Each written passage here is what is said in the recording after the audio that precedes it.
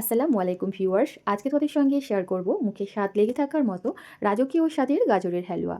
এখন যেহেতু শীতকাল, বাজারে প্রচুর পরিমাণে গাজর পাওয়া যাচ্ছে, তাই আর দেরি না করে ঝটপট এইভাবে গাজরের হালুয়া বানিয়ে আপনজনের মন এক নিমেষেই জয় করে নাও। আর খেয়ে বলতেই হবে, এটাই হচ্ছে গাজরের বেস্ট হালুয়া রেসিপি। আমি হালুয়া তৈরি করার জন্য 500 গ্রাম গাজর খুব ভালোভাবে ওপরের স্কিনটা ছুলে ধুয়ে পরিষ্কার করে নিয়েছি। এবার এই গাজরগুলো একটা ভেজিটেবিল গ্রেটার দিয়ে খুব ভালোভাবে গ্রেট করে নিব। গাজরের পরিমাণ তোমরা তোমাদের প্রয়োজন মতো বাড়িয়ে কমিয়ে নিতে পারো, তবে হ্যাঁ, যখন বানাবে একটু বেশি করেই তৈরি করবে, তা না হলে ভাগে কম পড়ে যাবে। ট্রাস্ট মি বন্ধুরা, এই হালুয়াটা খেতে এতটাই বেশি মজার হয়, বানানোর সাথে সাথেই দেখবে এক নিমেষেই শেষ হয়ে যাবে। সমস্ত গাজরগুলোই খুব ভালোভাবে গ্রেট করে নিয়েছি। এবার হালুয়া তৈরি করার জন্য প্যানের মধ্যে নিয়ে নিচ্ছি 1 চা চামচ ঘি।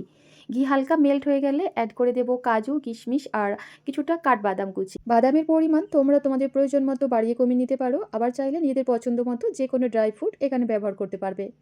বাদামগুলো ঘিয়ের মধ্যে হালকা একটু লাল লাল করে ভেজে উঠিয়ে নিচ্ছি। আর এভাবে একটু ভেজে বাদামগুলো হালুয়ার মধ্যে অ্যাড করলে খেতে অনেক বেশি ভালো লাগে। এবার ওই ঘিয়ের মধ্যেই আমি গ্রেট করে রাখা গাজর দিয়ে দেব।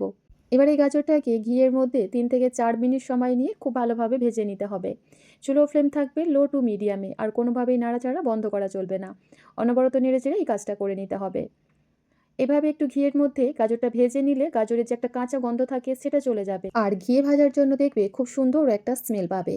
অবশ্যই এভাবে একটু গাজরটা ঘিয়ের মধ্যে ভেজে নেবে, এতে করে হালুয়ার টেস্টটা অনেক বেশি ভালো আসবে।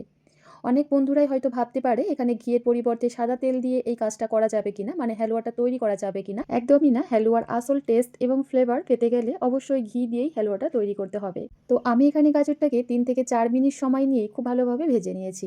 এরপর যে দেখতেই পাচ্ছ গাজরের মধ্যে যে একটা পানি পানি ভাব ছিল সেটা একদমই চলে গেছে, মানে গাজরটা ড্রাই হয়ে গেছে।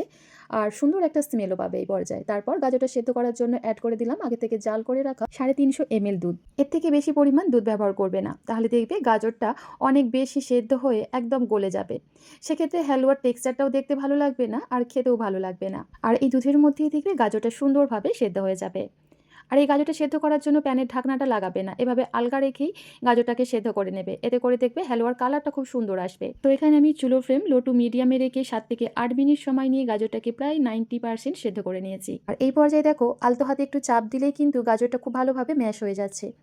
ঠিক গাজরটা এইভাবেই সেদ্ধ করে নিতে হবে। তারপর এখানে মিষ্টির জন্য অ্যাড করে দেব স্বাদ মতো চিনি।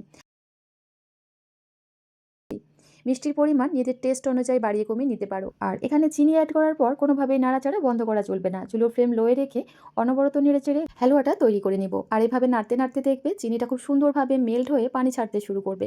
আর এইভাবে নাড়াচাড়া করে চিনির পানিটা শুকিয়ে নেব।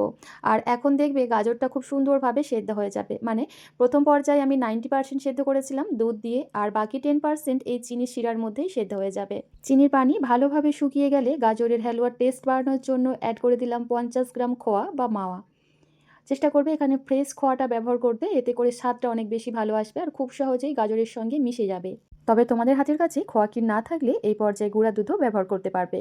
খোয়া ক্ষীর অ্যাড করার পর গাজরটাকে আরও 2 থেকে 3 মিনিট সময় নিয়ে খুব ভালোভাবে ভেজে নিয়েছি। এবার এখানে দিয়ে দেবো আগে থেকে ভেজে রাখা বাদাম আর অল্প একটু এলাচের গুঁড়া। শেষ পর্যায়ে এলাচের গুঁড়াটা ব্যবহার করবে, এতে করে খুব সুন্দর একটা স্মেল পাবে।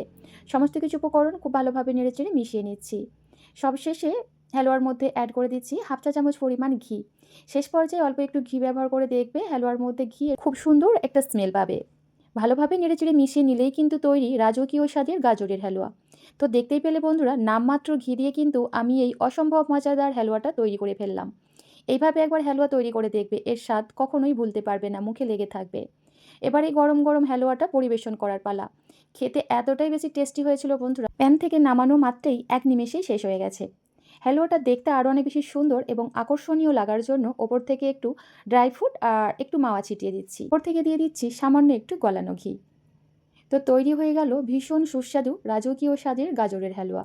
এভাবে হালুয়া তৈরি করে দেখবে মিষ্টি দোকানও ফেল হয়ে যাবে। তো আজকে আমার এই সহজ আর সুস্বাদু গাজরের হালুয়া রেসিপি তোমাদের কেমন লাগলো অবশ্যই কমেন্ট করে জানিও। আজ তাহলে পর্যন্তই, আল্লাহ হাফিজ।